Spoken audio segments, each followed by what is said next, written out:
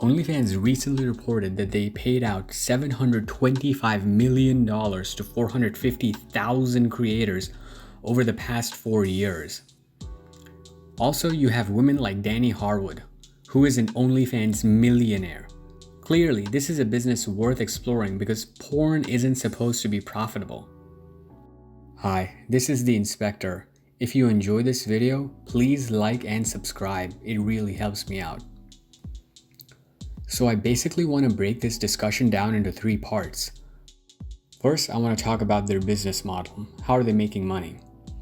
Second, I want to discuss the market landscape. We'll look at similar competitors, whether or not this business is actually scalable. Third, most interestingly, we'll discuss psychology. This is going to be the hardest one, I think, to pin down because there just isn't a lot of data out there. But yeah, the most fun for sure. So let's get started. First, just a little bit of background. So OnlyFans was founded in 2016 by this guy, Tim Stokely. It's owned by this company called Phoenix International, but Tim Stokely is still the CEO. The business model. So OnlyFans does an 80-20 split. Basically, whatever the creator earns, OnlyFans keeps 20% of that. So for example, in the case of Danny Harwood, if she made $1 million in gross profit, OnlyFans would keep $200,000 of that, and that's just from one person. If we go back to the $725 million, so that is the 80% paid out to creators. So that means gross revenue was over $900 million. OnlyFans says that after fees and whatnot, even though they take 20%, they only get to keep 12%, which works out to over $100 million over 4 years. I mean, they're pretty much $1 billion company, I think. They're also growing pretty quickly. So just in March, because of the coronavirus, and I think also because people noticed that, you really can make a lot of money with this, they had about 60,000 new creators sign up. Now let's just go and assume that only 5% of those 60,000 creators are making content that is worth paying for. So those 3,000 people on average have, 100 subscribers, and they charge each subscriber about $12. That means OnlyFans in 1 month is making $720,000 on top of whatever they were already making. That's $8.6 million a year, so about an 8% growth, which is pretty impressive. Next, let's discuss the market landscape. In terms of similar competitors, there's obviously Patreon, Snapchat Premium, but I think the best analog is, to no one's surprise, Twitch. Now I know what you're thinking, but those women are sex workers. Here's the thing, Twitch is a gaming platform and no one is watching these women because they're competitive gamers or because they have especially astute observations. They are selling their bodies to make money. That is the definition of sex workers. So yeah, I think Twitch is definitely comparable. I also believe that OnlyFans and Twitch have similar users. Now, we don't really know what sort of people are on OnlyFans, but we know for a fact that Twitch is mostly male dominated. And if you've ever read any of the comments in these streams or, watched any kind of compilations or whatever, it seems that a lot of these men, they donate to these women, they subscribe to them because they're trying to get their attention, which is exactly what OnlyFans is all about. It's about paying women to get their attention. So yeah, both of them for sure have very similar user bases. You might also be thinking, well, okay, so Twitch and OnlyFans are comparable, but still, OnlyFans is just a fad. It'll go away soon enough. Well, I'm not so sure about that. People also thought that Twitch was a fad. When it first came out, the idea that you would watch someone else play video games was completely bizarre and alien. And now Twitch is worth $4 billion. Now, a lot of that is because they're able to generate just insane ad revenue. OnlyFans is not going to have access to that because it is a vice industry after all. They're just not going to be able to attract those high quality advertisers. However, OnlyFans does let you charge more for subscribers.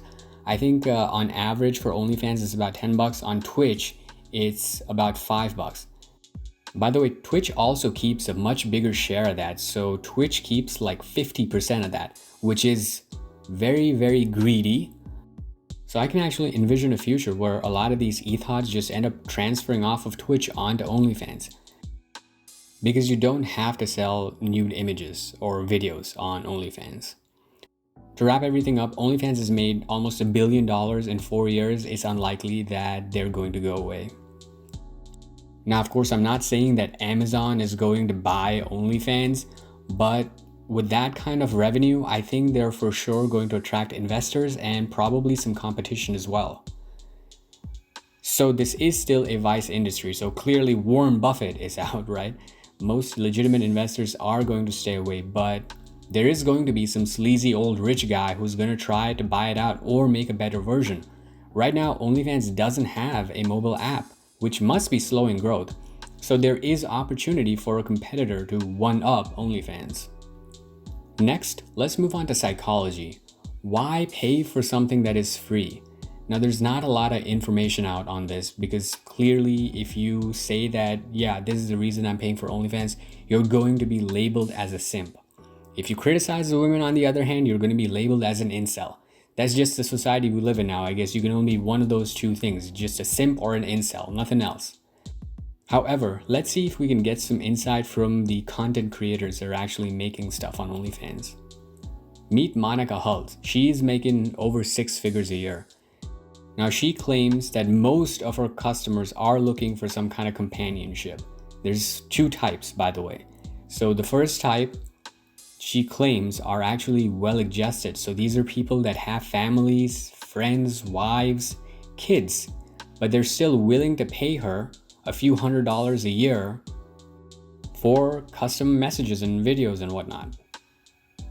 And look, I get it. It's a sad dad.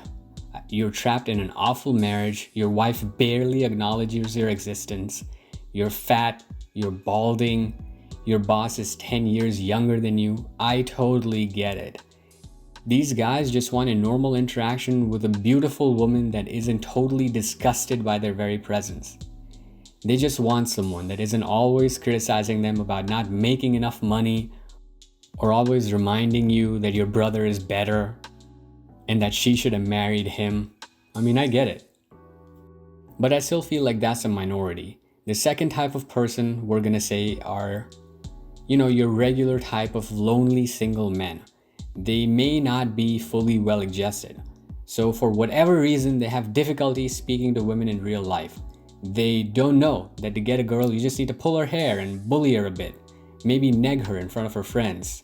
They never learned those skills, so they turn to OnlyFans. It's easier, convenient, legal, and most importantly, without consequences. Even if you say something dumb, she has to like you because you're paying her. Now, paying women for companionship, especially if you're not having sex with her, may seem like an alien idea, but I'm old enough to remember seeing ads like this all the time on late night TV. OnlyFans has just brought this kind of stuff into the digital age.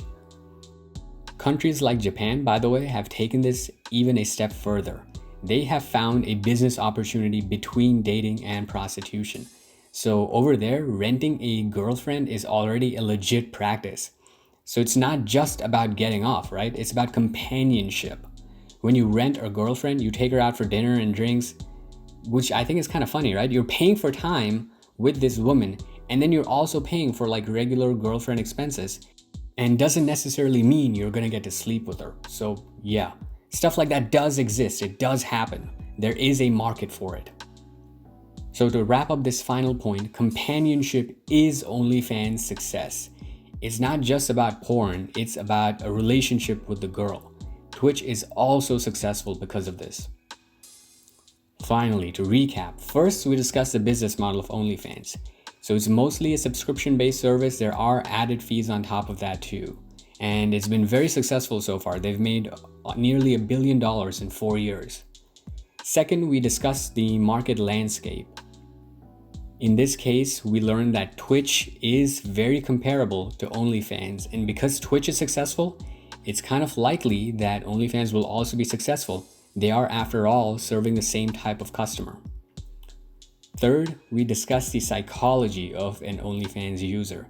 And we learned that, hey, it's not just about getting off, it's about companionship. And there is a huge market for it already. Men are willing to pay women a lot of money just to talk to them, just to interact with them. All right, thank you for watching. Bye.